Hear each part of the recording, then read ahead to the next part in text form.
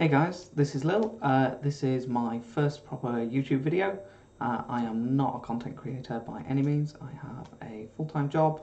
I just wanted to record some videos to help people out with building some teams. It's a question that I get just all the time on Discord and that I see all the time on Reddit is, here's my roster, can you help me build a team for this, that and the other? So today what I wanted to talk about is Hydra and just the basics of Hydra and the different Hydra heads and what they do. My clan is, until a couple of months ago, we're barely downing Brutal, and now we've got people starting to hit Nightmare, and it's something that we're really starting to focus on as a clan. So I'm in the UK, so I'm not on the same time zone as most of the people in my clan. So I'm recording this for them, but also hopefully it can help some of you out there. So I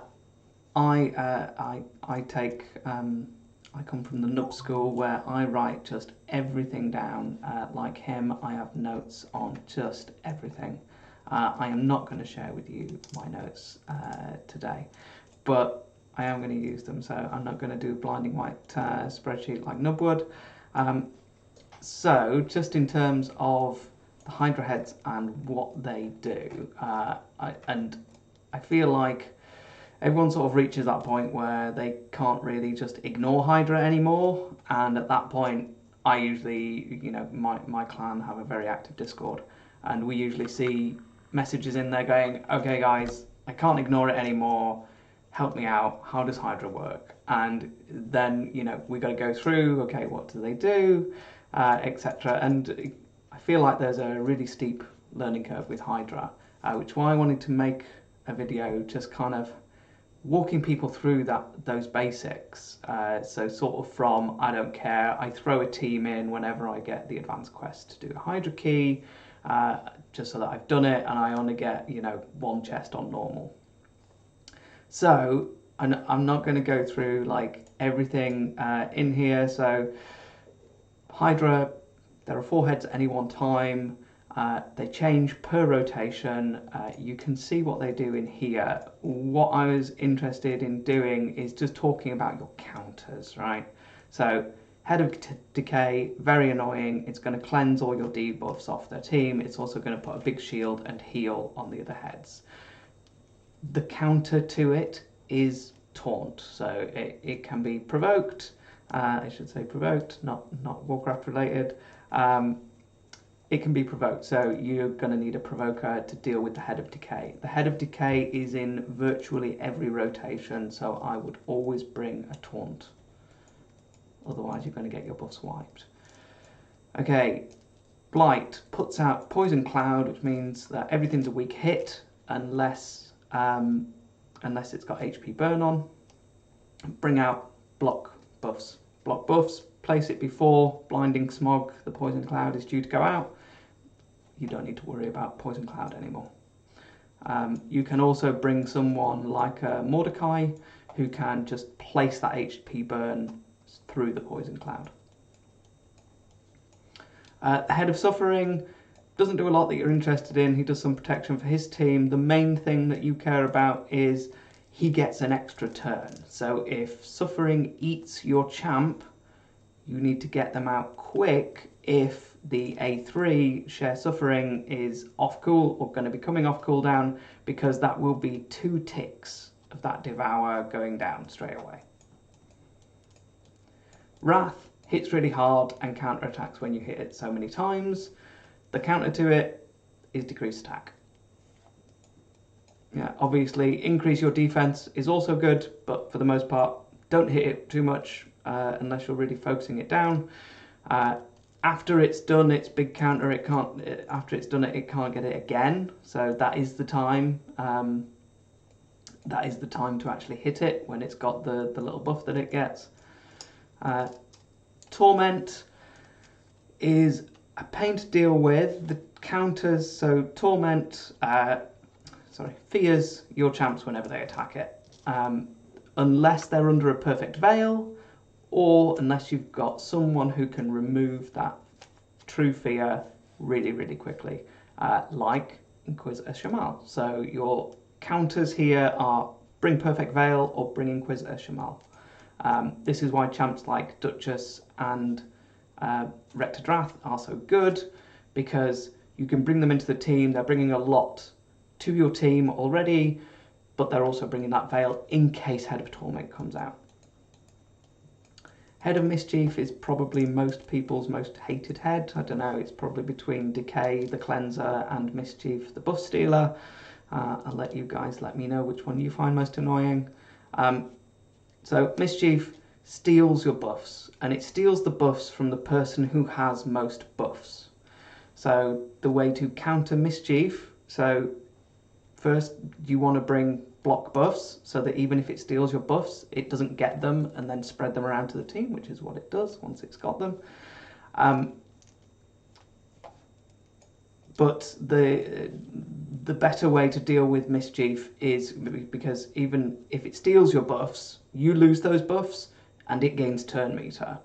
The best way to deal with Mischief is have a Mischief tank. You'll find loads of videos on YouTube explaining to you what a Mischief tank is and who the best ones are. I'm going to talk to you about some of my options just as examples. A Mischief tank is somebody who self-buffs, so they're always going to have one more buff than everyone else. That way they are always the person who's the Head of Mischief is going to target, and you build them with super high resistance. Sorry, I did say I wasn't going to share any of my notes, but this is a good point for me to talk about resistance.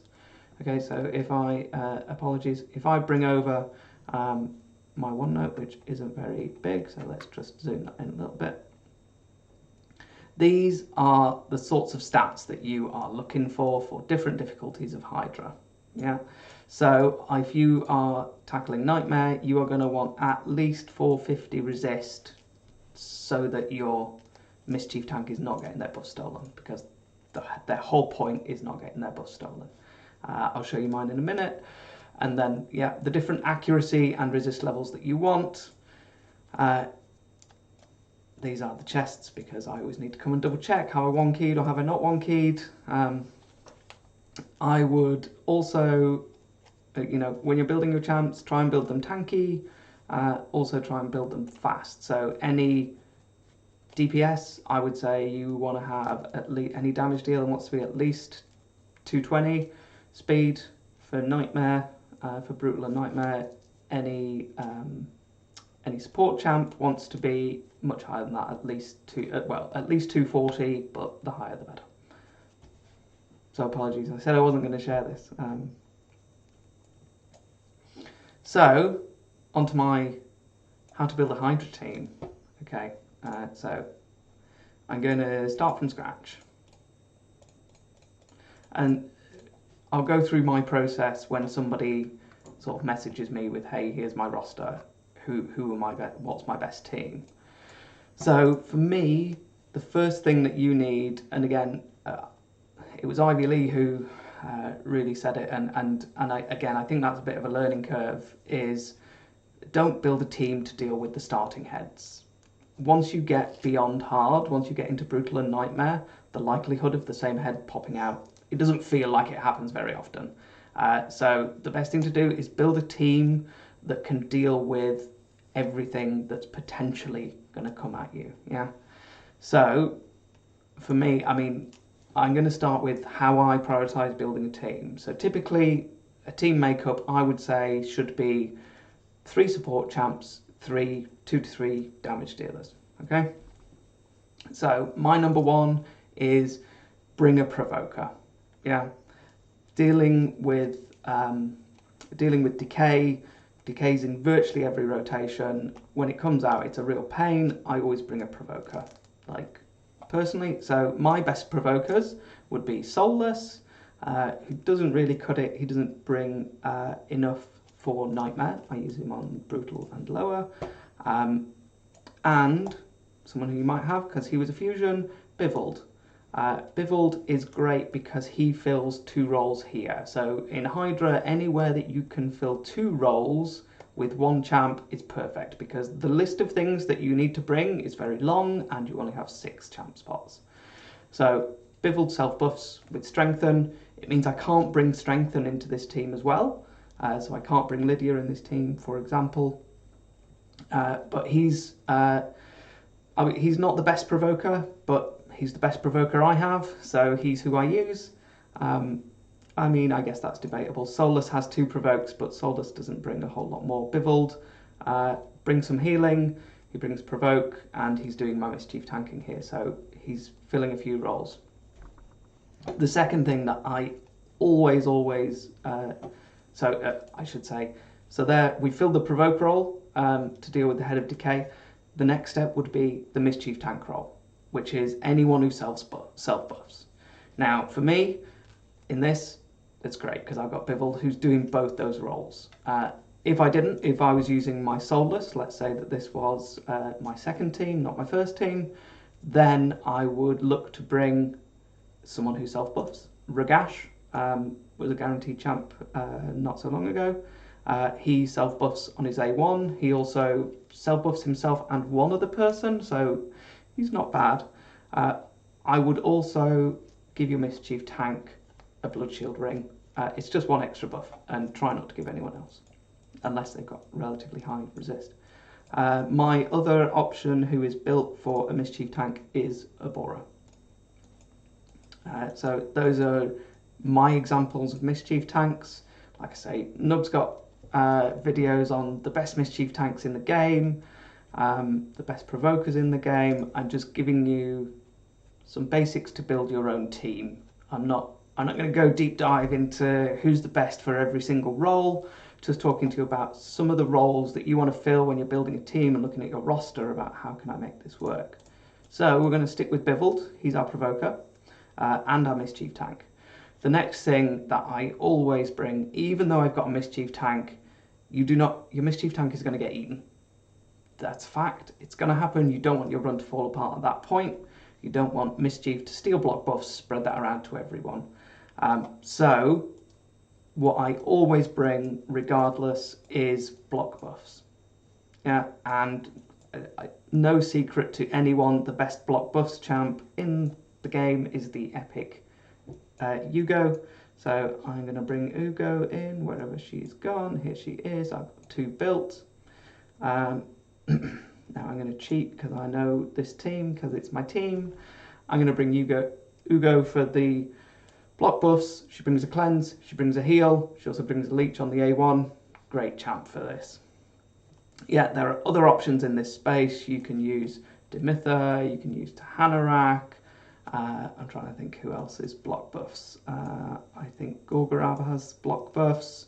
So any block buffs champ, bring them in. Again, here, the reason that everyone says that Hugo is so good is because she fills multiple roles. She's cleansing, she's healing, she's got a revive on a clutch. I think I've seen it happen once on any of my runs because it just never seems to happen. And she's got that leech, so really great champ. The next thing that I want is an actual reviver. Like, your DPS are going to die. Like, if you're bringing Royal Guard, I mean, maybe your guys is built better than mine, but my Royal Guard dies all the time, and that's okay, because he just drops the Devour debuff. But somebody needs to pick him up. My best reviver by a long way is Duchess. Again, she is filling multiple roles here. Examples of good revivers, yeah, Duchess is really good. Raglan is surprisingly good. I wouldn't put her in like your Nightmare team, but definitely on lower difficulties, she's actually really good. I'm always surprised whenever I throw her into a team just how good she actually is. Other great revivers, you probably, hopefully, just got Pythion. He's going to be great here in the Duchess spot as your reviver and cleanser and block debuff champ. So again, he's bringing multiple things there. He's also bringing some healing on the A1 and the A2. I haven't summoned mine. I'm being good. I'm waiting for CVC. I would like to because he's absolutely going in my second team. Godseeker, really good at this healer reviver role, obviously. The other one, if I could see her, apologies. Ursula is okay. She tends to, like Mighty Yuko, she uses her revive just generally to buff. Rector Drath is also good, and as we talked about her, let's also include Mighty Yuko. Mighty Yuko, really good because she's also bringing the block debuffs for you. So she's also in one of my teams. Not the best reviver, not the best block debuffs champ, but good at both those roles, and also bringing increased speed. So they're examples of revivers. Again, I'm going with Duchess here. The next thing that I always bring, if I can, I'm really cursed. On my account, I do not have any. Well, actually, I have one champ who's a good speed champ. So that's increased speed and decreased speed. And the one that I have is Shamrock. Yeah. So what you really want is increased speed and decreased speed. I would say increased speed to me is probably a slightly higher priority. You can get decreased speed from your Royal Guard. It's not 100%, but you can sort of make that work. So you can bring in a Lydia, who is obviously bringing you the decreased defense, etc. There are a few different options on the sort of bringing you increased speed. Personally, on my account, Shamrock is great. He brings loads of buffs to your team to increase your survivability, and he's bringing that speed up and speed down. He also brings a buff steal in case if you need to take that reflect damage off, etc. He's also got a great aura here. And then, yeah, my roster's getting full already, right? So then you need some DPS in here. So I'm not going to bore you with who the best DPS champs are. I think no secret at this point, you want your enemy max HPs if you're on anything, I would say hard, brutal and above, and you want Geomancer. It's quite. I know one of the guys in my clan makes great use out of Walking Tomb because he brings heal and damage, so he fills two roles there, and we didn't see him because Hydra just reset, but he wonkies Nightmare using him. Personally, I stick with my good old Geo, and I'll be honest, I use my Husk more than I use my Geomancer, more than I use my Royal Guard, because my Bivold is not the best provoker, and Royal Guard and Husk having that provoke on the A1 just really helps supplement him if he misses or you need it in a clutch. So I really like him. There are rotations where Royal Guard is better suited due to affinity, but you can mix and match. If you don't have a good decreased speed champ, I would probably bring a Royal Guard instead, and then you could do something like that. Or if you weren't bringing Bivold, then you could bring another Mischief tank who also has increased speed, Ragash, and also decreases defense. And then you could bring the Royal Guard for the decreased speed. So for me, try and get 3 damage dealers and 3 supports. I find that very difficult, a very difficult rule to follow myself, and so I kind of always end up with 2 DPS, 1 Mischief tank who's also built with some damage in their kit, and then 3 support. Yeah, 1 essentially debuffer, 1 healer reviver, and then 1 sort of flex spot. So, you know, you can put whoever you want in that spot. You could put Mithrala in to help increase your survivability. You could put a Helicath in, absolutely great. Again, I probably wouldn't on Nightmare, but anything lower than that, you know, he's going to help increase. I wouldn't run in with the Ragash because you don't want increased defense with Ragash because that's his self buff. But you could run something like this. And again, I've got my Helicath built fast and with damage. Okay, I think that's everything that I wanted to go over with you guys on building a Hydra team. I find it's something that you get into and find more interesting the more you get into it. The one thing I should probably share with you as well, so if I take where's my team building cheat sheet? Here you go. So me and my clan pulled together who do we think the best champs are in each role, filling each role. So who are the best provokers, who are the best decreased defense champs, who are the best debuffers, who are the best counters for torment. And honestly, I use this all the time. So when someone messages me with here's my roster, who should I use for this, what I do is I take a copy of this, I highlight the people that they've got, and then I go, right, who have I got filling which roles? Who have I got in the debuffers slot? Who have I got in the healer protector? Who have I got for speed champs? Who have they got for a reviver? Who have I got to deal with torment? And again, the only time I would bring in someone to deal with torment specifically, like a Shamal, is if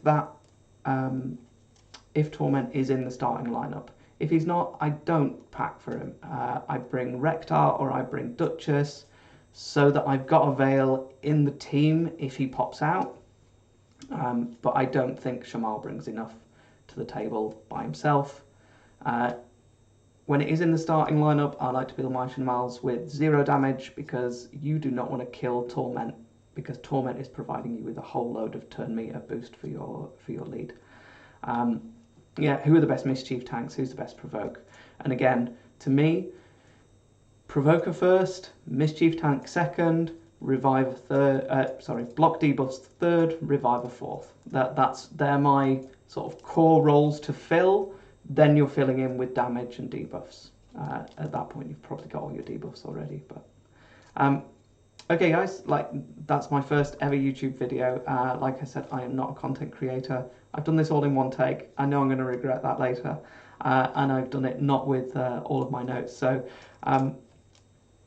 I hope that was helpful and useful. If it is, then please, give me a like, give me a subscribe. I'm going to do a few of these on Clan Boss builds, Clan Boss speed tuning basics, because it's also something that I see a lot of questions about. Also, Clan Boss speed tune troubleshooting, because so I've built a few Clan Boss speed tunes in my time.